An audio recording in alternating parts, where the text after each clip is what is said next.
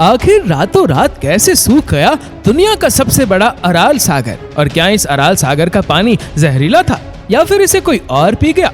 दुनिया का चौथा सबसे बड़ा सागर अराल सागर बन चुका है जहरीला रेगिस्तान। मध्य एशिया में स्थित अराल सागर अब नहीं रहा पानी से लहराता हुआ जल भंडार। जहां कभी नौकाएं तैरती दिखाई देती थी, वहां आज धूल उड़ती नजर आ रही है। आखिर क्यों एक विशाल सागर सूखकर रेगिस्तान में तब्दील हो गया है? आइए जानते हैं। कुछ दशक पहले तक जब अराल सागर 6,800 किलोमीटर में फैला हुआ था और संसार के चौथे सबसे बड़े सागर के रूप में जाना जाता था, ये सागर मध्य एशिया में कजाकिस्तान और उज्बेकिस्तान के बीच स्थित है।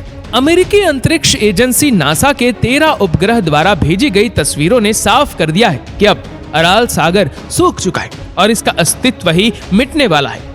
इसके खत्म होने से जलवायु पर पड़े हैं गंभीर प्रभाव। अब इस इलाके में सागरीय जलवायु का प्रभाव खत्म हो गया है तथा जलवायु कठोर हो गई है, यानी गर्मी में भयंकर गर्मी और सर्दी में भयंकर ठंड पड़ने लगी है।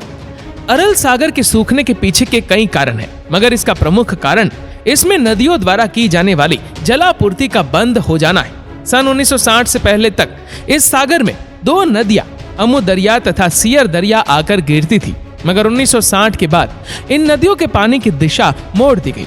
इनके पानी का कपास तथा अन्य कृषि फसलों की सिंचाई के लिए प्रयोग किया जाने लगा। नदियों पर बांध बना दिए गए और सागर की तरफ बहने वाला पानी नहरों में से बहते हुए खेती की ओर जाने लगा।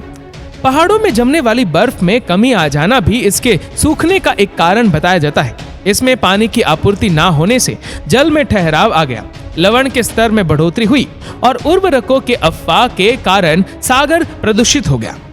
1900 के शुरुआती दशकों तक अराल सागर की गिनती विश्व के चौथे सबसे बड़े सागर के रूप में होती थी और वर्तमान में इसकी ये हालत हो गई है कि कहीं पानी का नामो निशान तक नहीं बचा है। 600 सालों के दौरान ये सागर पूरी तरह से सूख चुका है। ऐसा भी नहीं है कि इसके सूखने से रोकने की कोशिश ही नहीं की गई। कजाकिस्तान द्वारा इसे सूखने से बचाने की कोशिश भी की गई थी। कजाकिस्तान द्वारा अपने डैम प्रोजेक्ट के जरिए इसे भरने की कोशिश की गई थी और 2008 में सन 2003 की तुलना में इसमें पानी का स्तर 12 मीटर तक बढ़ा था, मगर इससे भी कोई खास लाभ ना मिल सका। सागर का सूखना निरंतर जारी रहा और अंततः इसने सूख कर ही दम लिया। भले ही उज्बेकिस्तान इस सागर को जल से भरने वाली नदियों के पानी का सिंचाई के लिए इस्तेमाल कर दुनिया का प्रमुख कपास निर्यातक देश बन गया, मगर इस सागर की किस्मत में तो रेगिस्तान बनना ही लिख दिया। परिणाम आज सबके सामने है और वो परिणाम ये है कि पानी से लबालब भरा रहने वाला अराल सागर एक जहरीला रेगिस्तान बनकर रह गया है। अराल सागर के सूखने से इसके इलाके में रहने वाले लोगों को गंभीर आर्थिक संकट झेलना पड़ा। इसके कारण पनपने वाला मछली उद्योग खत्म हो गया और लोगों को बेरोजगार होना पड़ा। यही नहीं, इसके जहरीले रेगिस्तान में बदल जाने से इलाके को प्रदूषण की मार भी झेलनी पड़ी और लोगों को गंभीर स्वास्थ्य समस्याओं का सामना करना पड़ा।